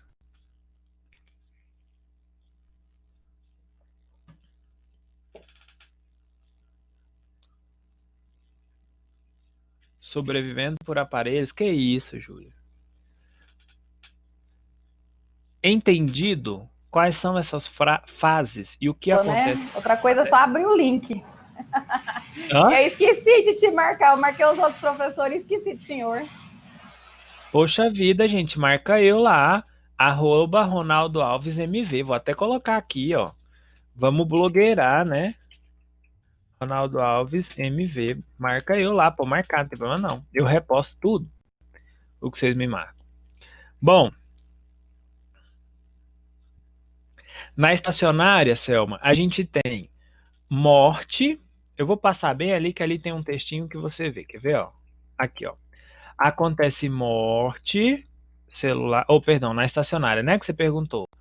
A taxa de crescimento é zero. Por quê? Porque já tem limitação de nutrientes e acúmulo de produtos excretados. Então, vai acontecer um crescimento, ou seja, novas células, nova divisão celular vai acontecer, certo? Mas outras células estão morrendo. Por isso que na fase estacionária, essa curva, ela nem cresce e nem decresce. Por quê? Porque aqui tem célula nascendo e tem célula morrendo, tá? A partir do final da fase exponencial, então, na hora que terminou a fase exponencial e começa a estacionária, as bactérias começam a morrer. Qual que é a diferença da fase estacionária para a fase de morte? Na fase estacionária, a gente tem morte, mas também temos a geração de novas bactérias, certo? Elas se dividem e se multiplicam aqui. Só que não é suficiente para aumentar em número a quantidade de células viáveis. Então, algumas morrem, outras nascem, e isso empata o jogo e por isso fica estacionado. Na fase de morte, aí é só ladeira abaixo. Elas vão morrendo célula após célula, tá? Tudo bem, Selma? Mais alguém tem alguma dúvida, pessoal, sobre isso daqui?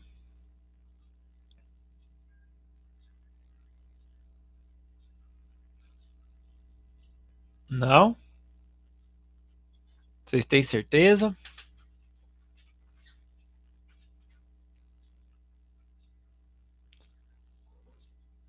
Nada de dúvida, então tá ótimo. Maravilha.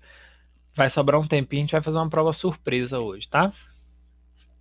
Já que ninguém tem dúvida, vou fazer uma prova surpresa, olha que legal, né? Vou preparar umas provas surpresa e deixar guardado. Vocês não conversam comigo não, pra vocês verem. Aí chega lá no final, pá, prova surpresa. Bom, pessoal, e aí quando a gente trabalha, né, com bacteriologia, eu tô bem, graças a Deus. Graças a Deus, tudo muito bem. Trabalhei bastante, tô cansado pra caramba, mas tá tudo bem. Bom, então vamos lá. Sim, Nayara, sim. Né, a Nayara fez uma boa pergunta. Isso aqui acontece no meio de cultura, mas pode acontecer no nosso organismo também? Sim, independente de onde ela tá, Nayara? Ela, uma hora, né, se ela tá num tecido humano, se ela tá num animal, por exemplo, né, independente de onde tá, uma hora aquele tecido onde essa bactéria se encontra, ele vai ser lesado. Ele vai chegar num determinado momento que esse indivíduo entra numa exaustão, certo? Então isso também acontece numa amostra de tecido, né, ou em qualquer que seja a parte do organismo que está em jogo, tá? Então, sim. Mas a gente fala aqui especial de meio de cultivo, porque é onde isso é muito mais visível, né? No tecido, o tecido vai morrendo, ela vai invadindo outros tecidos e tudo mais. Aqui é só o que tem na placa e acabou. Tá, Nayara? Beleza. E aí a gente tem algumas formas de medir isso, né? A gente consegue contar células utilizando uma câmara especializada para isso, que é chamada de câmara de Petroff-Hauser, ou a gente pode usar a câmara de Neubauer também, que é a mesma que vocês usam, que a gente, né, todo mundo da área de saúde usa para fazer hematologia, contagem de células sanguíneas, né?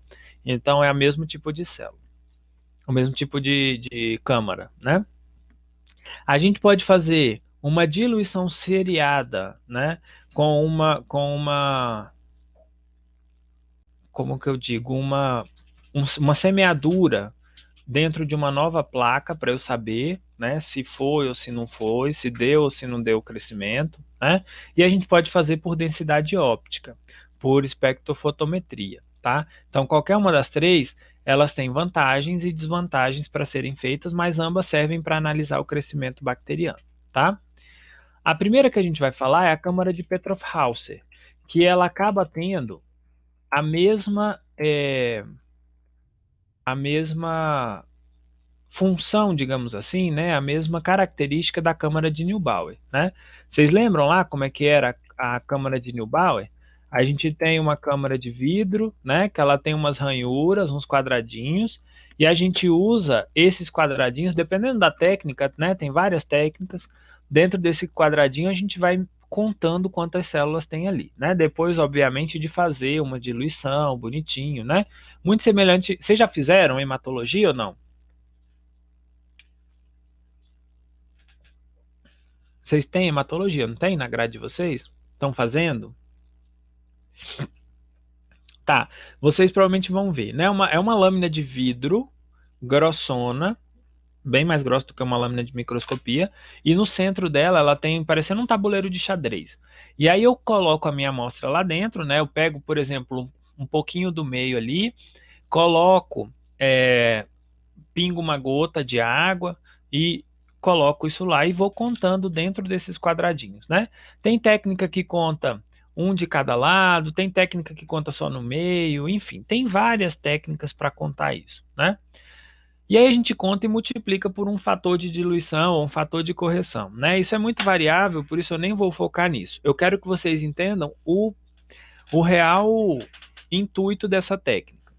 Então, na câmara de Petroff-Hauser, eu consigo saber quanto que eu tenho, por exemplo, de células por ml. Colocando aqui, eu faço as continhas lá e sei, por exemplo, que tem. Onde foi que eu estava vendo aqui agora? Aqui, ó, número de células por ml. Beleza. Só que, qual que é a desvantagem desta técnica?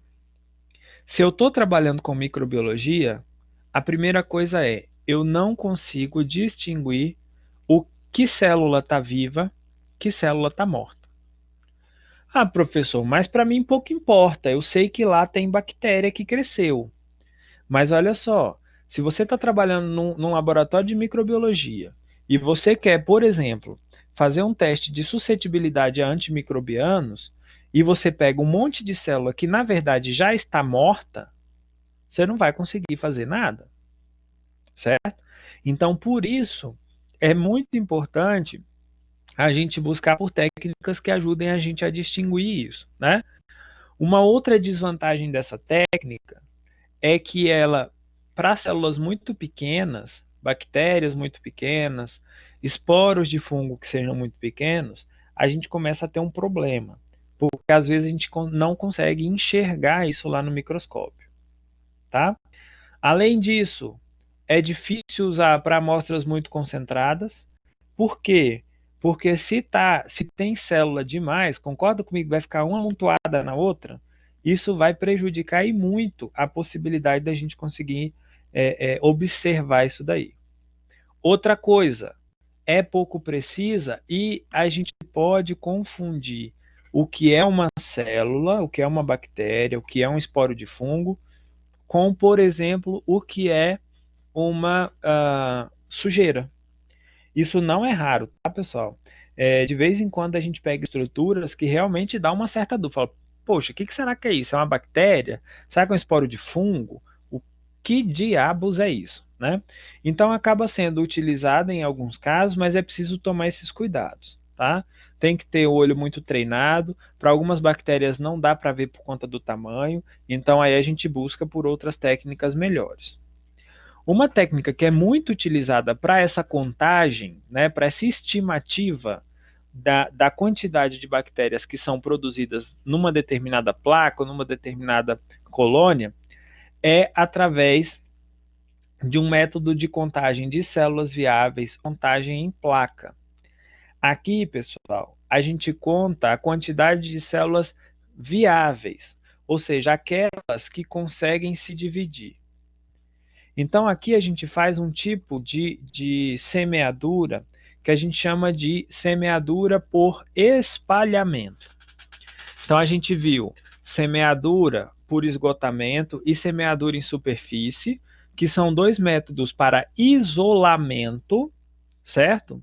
Mas quando eu quero quantificar uma determinada amostra, saber quantas bactérias eu tenho naquela minha amostra, esse daqui é o método que a gente precisa fazer. Existe, como que a gente faz? Né? Existem duas técnicas, a que é chamada de pour plate, que é a semeadura em profundidade, e essa spread plate, que é a semeadura por espalhamento. Ambas podem ser utilizadas, têm o mesmo intuito, têm a mesma função, tá? O que que a gente faz no caso desse espalhamento? Aqui eu vou pegar a minha amostra, vamos supor que eu tenho uma amostra lá de urina, que eu quero contar quantas colônias eu tenho aqui, né? Ou ainda, muita gente trabalha em laboratório de análises de alimentos que usa esse método para ver, né, quantos micro-organismos eu tenho ali naquele alimento, se é aceitável, se é próprio para consumo ou não, né? Então eu diluo aquilo lá, coloco numa plaquinha o líquido, né, mais ou menos 100 microlitros, 50 microlitros, e espalho isso com uma outra placa, né? Então eu vou pegando e vou espalhando em toda a placa para que eu tenha muita bactéria, ou assim, tenha uma chance maior de ter bactéria por toda a placa. Isso é o que a gente chama de espalhamento. Eu espalhei por igual essa amostra na placa. Aí eu vou incubar. E aí eu começo a ver as placas, as colônias na superfície desse meio de cultura. Quando eu vejo essas colônias no meio de cultura, eu consigo contar quantas células, quantas unidades formadoras de colônia que eu tinha na minha amostra inicial, tá? Então, cada colônia que eu tenho aqui, ó, deixa eu aumentar aqui para vocês verem, ó. Cada colônia que eu tenho aqui, ó, foi formada por uma única bactéria. Então, cada uma dessa daqui é uma unidade formadora de colônia, ou seja, são bactérias viáveis, vivas, que conseguem se multiplicar. Então, o resultado final é dado em número de UFCs, unidade formadora de colônia, tá? Então, esse método ele é muito legal porque ele acaba nos possibilitando contar as células que são produzidas ali ou que estão dentro de uma amostra. Às vezes quer ver uma amostra de urina, quer ver uma amostra de sangue e quer fazer dessa forma, dá para fazer também, tá? Então, cada bolinha dessa era uma única bactéria e agora são milhares porque elas formaram uma colônia, tá? Uma coisa importante antes desse plaqueamento é fazer diluição seriada. Vocês sabem fazer diluição seriada? Já sabem fazer? Já viram isso? Nunca viram diluição Eu vi seriada? falando isso no semestre passado. Nem lembro que matéria que era, mas ele falava. Você lembra? Dois tipos, né? Hã? Lembro, assim, tinha esses tubinhos de ensaio, mas assim, fazer de novo eu não sei não. Tem a simples e a seriada, né? É, a diluição simples eu vou lá e diluo aquilo e pronto, né? Diluir do jeito que eu quero. A diluição seriada, que a gente geralmente faz para essas incubações, imaginem vocês, ó. Primeiro vamos entender para que serve essa diluição seriada. Vocês imaginam que eu vou lá, ó, e faço isso daqui que eu fiz no teste anterior, deixa eu voltar aqui. Eu faço isso aqui e tem uma tonelada de bactéria. Vocês acham que vocês conseguem contar se tiver uma bactéria em cima da outra? Dá para contar? É impossível, tá? Então o que a gente faz aqui é, eu pego esse conteúdo, eu primeiro pego lá a minha amostra. Vamos supor que isso aqui é uma amostra de urina, tá cheio de bactéria, né? Eu vou lá e diluo isso. A diluição seriada, para cada diluição que eu faço, eu diluo aquela amostra 10 vezes. Ou seja, eu pego 1 ml da minha amostra e coloco em 9 ml de um diluente qualquer. Vamos supor água destilada ou, sei lá, solução salina peptonada, né? Eu venho aqui, coloco 1 ml em 9, então eu tenho 1 para 10. É uma diluição de 10 vezes. Eu ainda tenho aqui, olha o tanto de bactéria, não consigo contar isso de jeito nenhum. Ó, não consigo contar isso. Então eu pego essa minha primeira diluição, e é por isso que é seriada, é uma série, uma seguida da outra, né? Então eu venho aqui, ó, pego 1 ml daqui, jogo num outro frasco que está com 9 ml do meu diluente. E vou fazendo isso várias vezes. Cada vez que eu misturo 1 ml com 9 de diluente, eu diluo aquilo 10 vezes. Então aqui eu tenho, ó, 1 para 10, 1 para 100, 1 para 1000, 1 para 10.000, 1 para 100.000, 1 para 1 milhão. Por isso 10 a menos 1, menos 2, menos 3, menos 4, menos 0. O que é ideal nesse tipo de contagem? Eu não posso ter nem colônia de mais e nem colônia de menos. Então, se eu for comparar aqui, ó, eu olho nessa quantidade, para mim está excelente, está muito bom. Eu consigo contar todo mundo, as células estão separadinhas e, ao mesmo tempo, eu não tenho colônia de menos. Então, quando eu faço diluição seriada, eu contei lá na minha placa, tinha 159 colônias. Quer dizer que eu espalhei dentro daquela placa 159 bactérias. Eu diluí 1000 vezes, não foi isso? Ó? Eu diluí 1 para 10, 1 para 100 e 1 para 1000 aqui. Então, no final, o que eu encontro aqui, eu vou multiplicar por 1000, que é o meu fator de diluição. Se eu tivesse aqui, eu ia multiplicar por 1 milhão e por aí vai, né? Então, sempre a gente consegue contar isso e depois eu multiplico pelo meu fator de diluição. Professor, mas para que serve isso? Por exemplo, se eu estou analisando um alimento ou uma amostra de urina, por exemplo, né? A quantidade de colônias formadas, a quantidade de bactérias viáveis, isso pode me dizer muito a respeito da infecção e talvez de como eu devo agir perante o tratamento, tá? Então, isso é o que a gente chama de diluição seriada, né? Eu preciso ter colônias numa quantidade intermediária, geralmente entre 30 e 300 é o ideal, né? E a gente conta as unidades formadoras de colônia. Então, eu consigo analisar se tem contaminação, eu consigo ver quais as células que estão viáveis nesse repique, né? Então é um tipo de técnica que é muito utilizada e é bastante boa para a contagem de células viáveis, tá? Tudo bem, pessoal?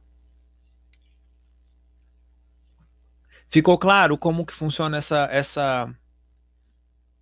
essa diluição seriada? Deu para entender? Então eu vou dividindo por 10, no final eu pego o meu resultado e multiplico de novo pelaquela diluição, tá? Simples assim. E por último, para medir ou quantificar essas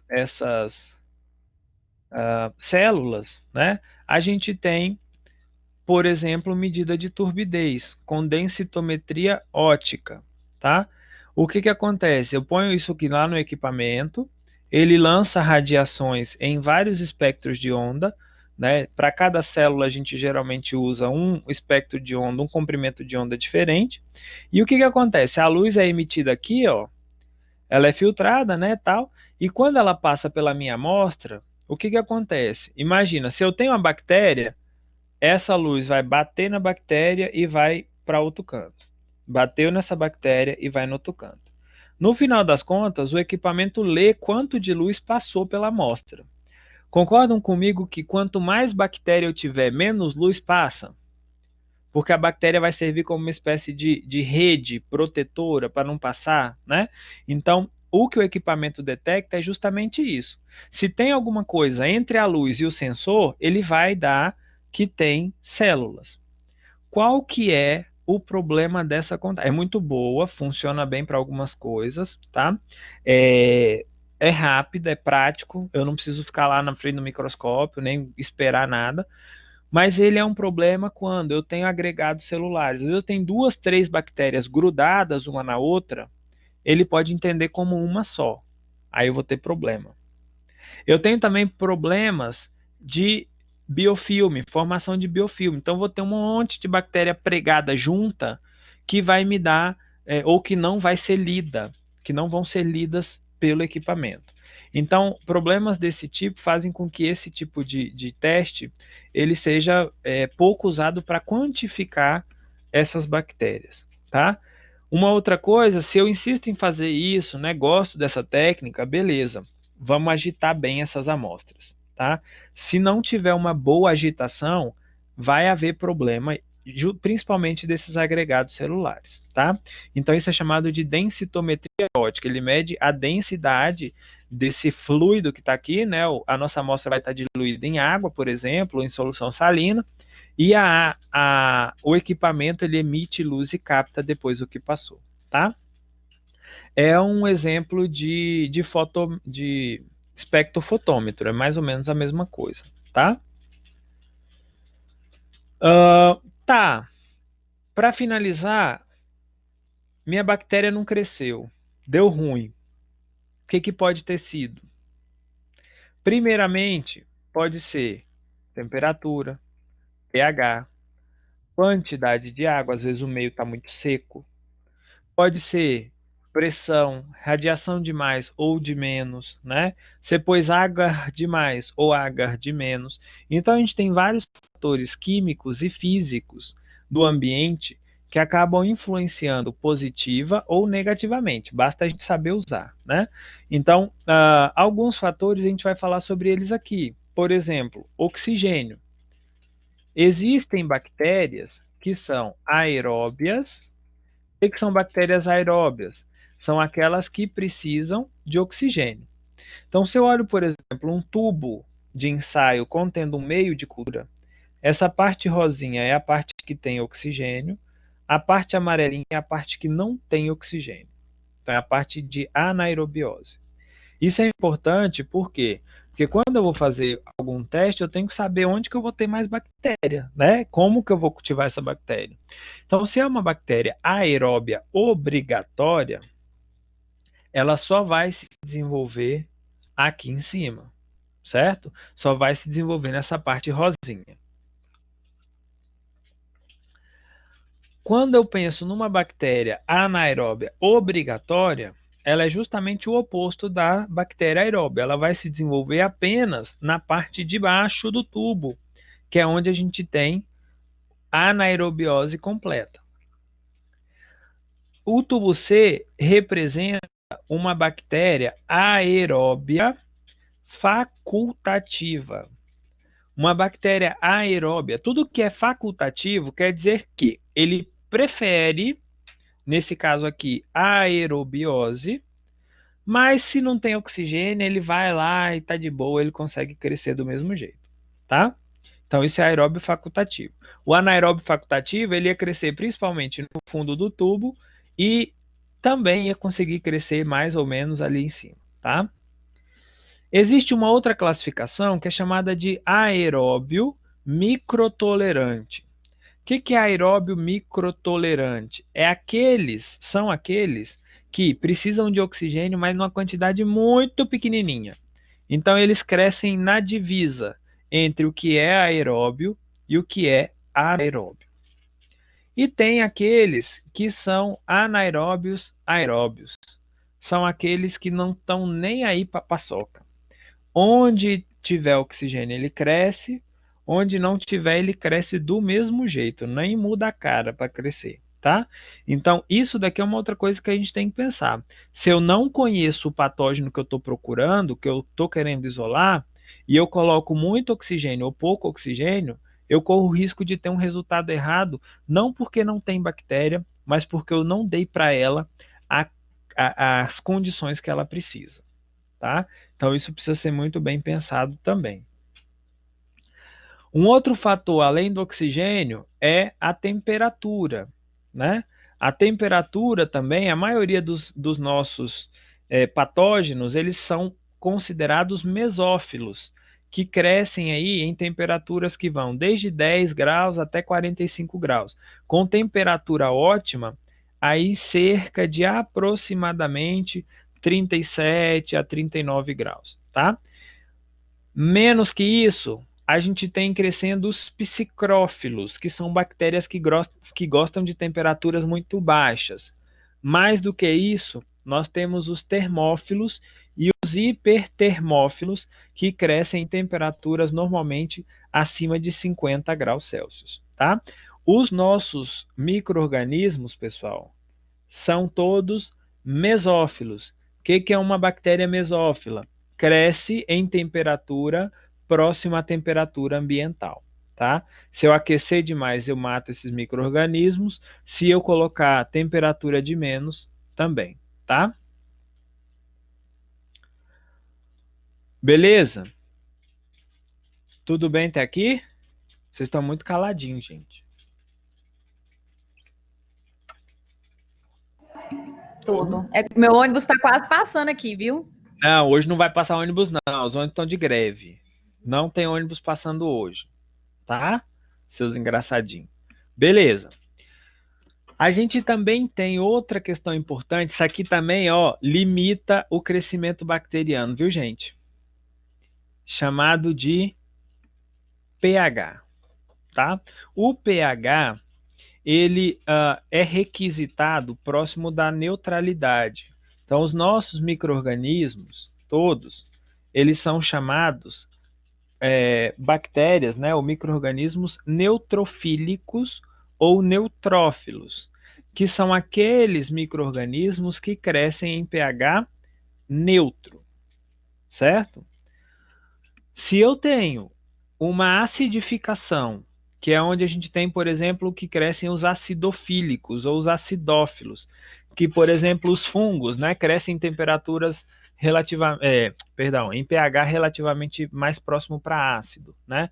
Ou se eu tenho alteração do pH para mais, eu posso impedir que muitas bactérias se desenvolvam adequadamente.